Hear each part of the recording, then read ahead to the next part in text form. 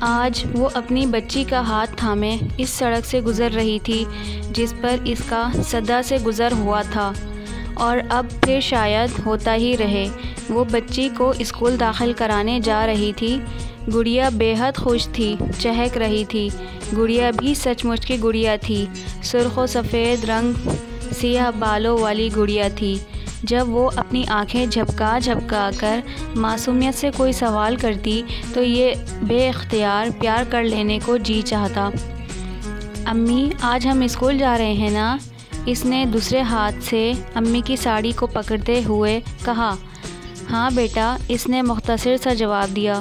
امی، وہ سامنے کیا ہے؟ وہ ایک بیل گاڑی کی طرف اشارہ کر رہی تھی۔ بیٹے، وہ بیل گاڑی ہے۔ بیل گاڑی کسے کہتے ہیں؟ جو آپ دیکھ رہی ہیں اسے بیل گاڑی کہتے ہیں۔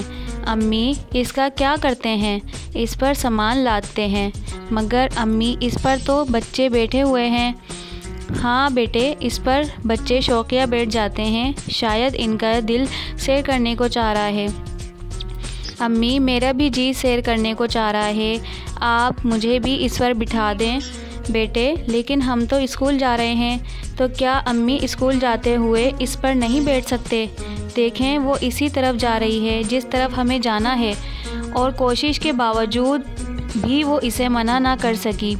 وہ بھی تو جب بچی تھی اسی سڑک سے گزر کر اسکول جایا کرتی تھی تو یوں ہی خالی بیل گاڑی پر سوار ہو جایا کرتی تھی، اور بیل گاڑی والے بھی بچوں کو بٹھا لیتے تھے۔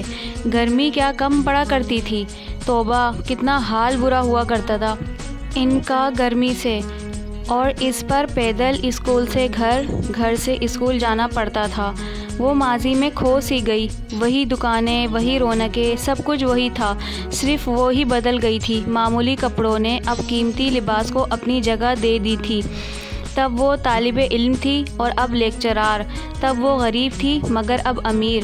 کتنا فرق تھا تب میں اور اب میں۔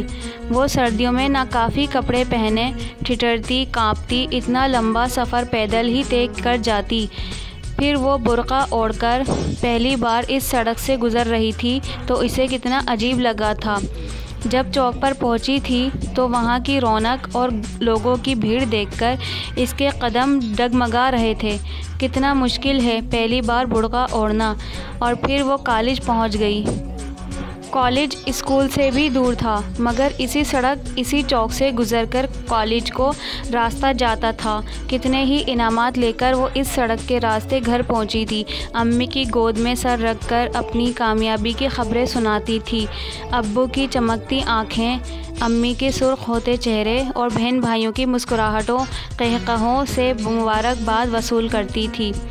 تب بہن بھائی کچھ بڑے ہوئے تو اس کی مصروفیات بھی بڑھ گئی تھیں۔ انہیں پڑھانا ان کے فرائض میں شامل ہو گیا تھا۔ کالج سے تھکی ہاری گھر آتی تو بہن بھائیوں کو پڑھاتی تو بس تھک ہی جاتی۔ تب اس نے امی کو بڑی مشکل سے رضامند کیا تھا کہ وہ ٹیوشن پڑھانا شروع کر دے۔ اس طرح اس نے کچھ پیسے جمع کیے تھے اور بھائی کو سائیکل لے کر دی تھی۔ یوں اب اس سے بھی پیدل نہیں جانا پڑتا تھا۔ بھائی کی سائیکل کے پیچھے بیٹھ کر وہ کالج جایا کرتی۔ وہ رات کو عشاء کے وقت جب چوک کو عبور کر کے بڑی سڑک پر آتی تو 14ویں رات کو چاند پورا چمک رہا ہوتا اور ان کے ساتھ ساتھ جیسے آگے بڑھ رہا ہوتا تھا۔ اسے یہ نظارے بے حد پسند تھے۔ اس کا دل چاہتا وہ سائیکل پر یوں ہی بیٹھی رہے اور سائیکل چلتی رہے اور وہ چندہ کو سرسبز درختوں اور مکانوں کے اوپر نیلے گگن پر یوں ہی مسکراتا دیکھتی رہے۔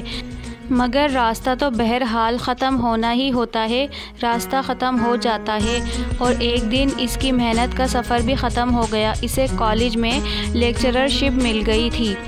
تب وہ ایک دن اپنے پرس میں تنخواہ سنبھالے اس چوک سے گزر رہی تھی تو اسے تمام مشکلات یاد آ رہی تھیں، جو اب مشکلات نہ رہی تھیں، محض ایک یاد تھی، صرف گزرا ہوا وقت۔ پہلی تنخواہ اماں کے ہاتھ میں تھماتے اسے یوں محسوس ہو رہا تھا جیسے دنیا مسکرا رہی ہو۔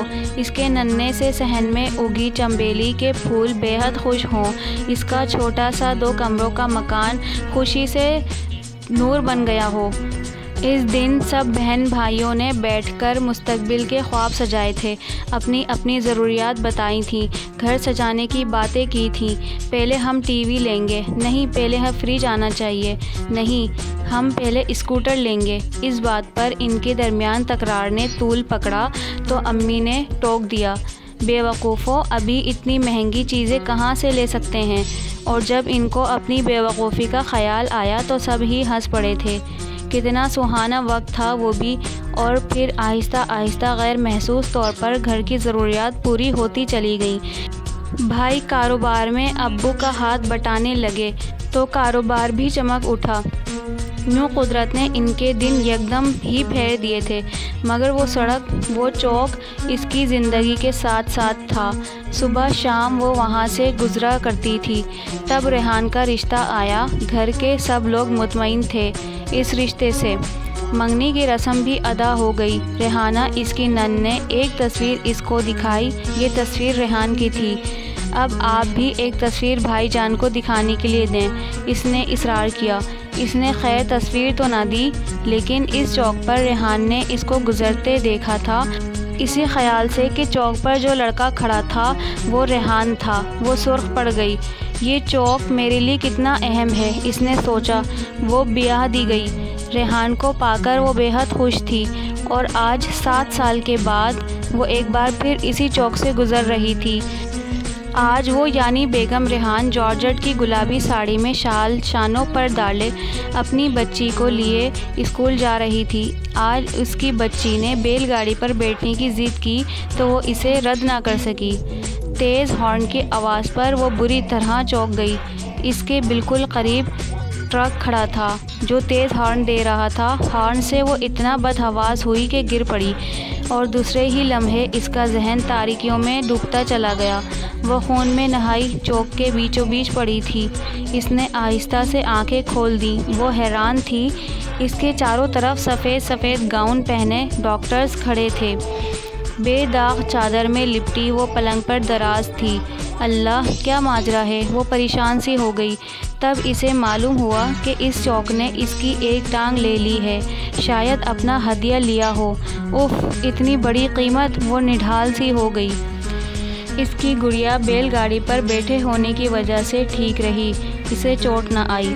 اسے ہاسپٹل میں آئے 3 دن ہو گئے تھے، مگر ریحان کو اس نے ایک بار بھی کمرے میں نہیں دیکھا تھا۔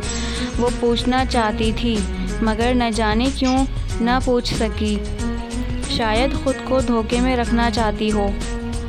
بعض مرتبہ انسان اسی دھوکے کی بدولت جی لیتا ہے۔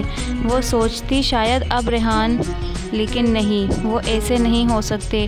مگر مردوں کی محبت کا کیا اعتبار؟ دل کے کسی گوشے سے آواز آتی تو اس کی پلکیں بھیگ بھیگ جاتی، مگر اس نے کسی پر کچھ ظاہر ہونے نہیں دیا۔ میں اپنے پاؤں پر کھڑی ہو کر خود اپنا سہارا بنوں گی۔ میں ریحان کی بے جا منتیں نہیں کروں گی، ہرگز نہیں کروں گی۔ سوچوں کہ یہ تانے بانے بے حد الجھ گئے تو اس نے کتابوں کا سہارا لیا اور مطالعے سے اپنے ذہن کو مصروف کر لیا۔ تب یکدم، بالکل اچانک، ریحان اس کے کمرے میں داخل ہوا۔ وہ انجان بنی کتاب پر نظریں گاڑے رہی۔ اس کے قدموں کی چاپ نزدیک سے نزدیک تر ہوتی چلی گئی، اور اس کا دل یوں لگا جیسے سینے سے باہر نکل آئے گا، لیکن اس نے خود پر کنٹرول کیا، بے حد ضبط سے کام لیا۔ ریحان اس کے بالکل قریب آ کر کھڑا ہو گیا، مگر اس نے نظریں نہیں اٹھائیں۔ اس نے آہستہ سے اپنا ہاتھ اس کے نازک شانے پر ٹکا دیا۔ اس نے کنکھیوں سے ریحان کے گورے ہاتھ کو دیکھا اور پھر کتاب کی طرف نظریں پھیر لیں۔ ناراض ہو کیا؟ ریحان کا گمبھیر لہجہ کمرے میں گونجا تو اسے یوں لگا جیسے کمرے میں ساز سے بجنے لگے ہوں۔ بدگمانی کی تمام دیواریں ریت کی دیواریں ثابت ہوئیں۔ اس کا دل جو نہ جانے کیا کیا سوچا کرتا تھا، یکدم نادم سا ہو گیا۔ خوشی کا ایک امرت دھارا اس کی آنکھوں میں آیا۔ میں نے کہا، بندہ ناچیز آداب عرض کرتا ہے اپنی مہارانی کے حضور۔ ریحان بہت شوق خورا تھا۔ اس نے بے اختیار نظریں اٹھا کر اسے دیکھا۔ جہاں اپنائیت ہی اپنائیت تھی، خلوص ہی خلوص تھا۔ اچھا تو اس چوک نے آخر کو اپنا ہدیہ وصول کر ہی لیا۔ ریحان کے اس جملے پر وہ حیران رہ گئی۔ اپنی ذہنی وابستگی پر اب بولو گی بھی یا لگاؤں ایک دھپ؟ ریحان کا پرانا انداز تھا۔ اس کے ہاتھ پر سر رکھ کر رو دی، اور کر بھی کیا سکتی تھی؟